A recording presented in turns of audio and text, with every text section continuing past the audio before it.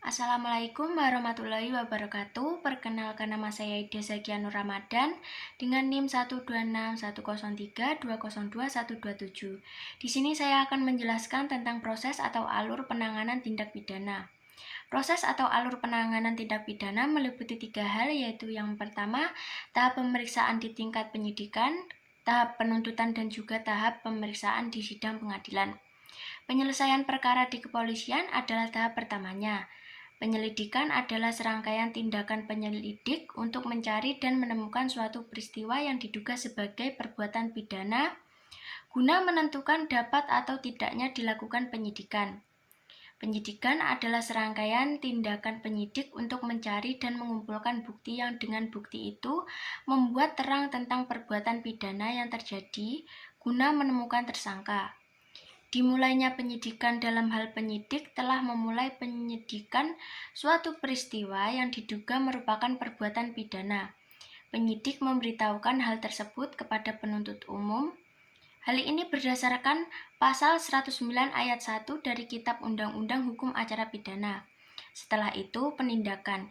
Setiap tindakan hukum yang dilakukan terhadap orang atau barang yang ada hubungannya dengan perbuatan pidana yang terjadi, yang dapat berupa pemanggilan, penangkapan, penahanan, penggeledahan, atau penyitaan.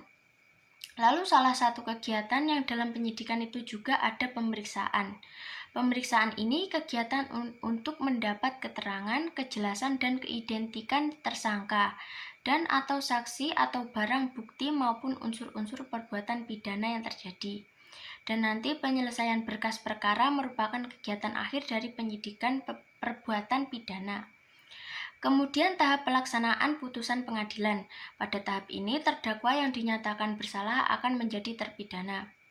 Terpidana yang dipidana penjara atau kurungan akan dieksekusi dengan dimasukkan ke dalam lembaga permasyarakatan. Untuk pidana mati, pelaksanaannya tidak akan dilakukan di muka umum dan berdasarkan pada undang-undang yang berlaku. Adapun kekurangannya yaitu dalam perjalanannya KUHP telah diberlakukan hampir 31 tahun, telah banyak ditemukan kelemahan-kelemahan. Misalnya pra-peradilan. Hakim pra-peradilan selama ini hanya menguji dari aspek formalnya saja tetapi tidak aspek materialnya. Kemudian pra-penuntutan. Selama ini KUHP tidak membatasi beberapa kali arus bolak-balik perkara antara penyidik dan penuntut umum. Sehingga lamanya arus bolak-balik perkara ini terkesan menunjukkan bahwa aparat penegak hukum kurang profesional. Sekian dari penjelasan saya, ada kurang lebihnya mohon maaf. Wassalamualaikum warahmatullahi wabarakatuh.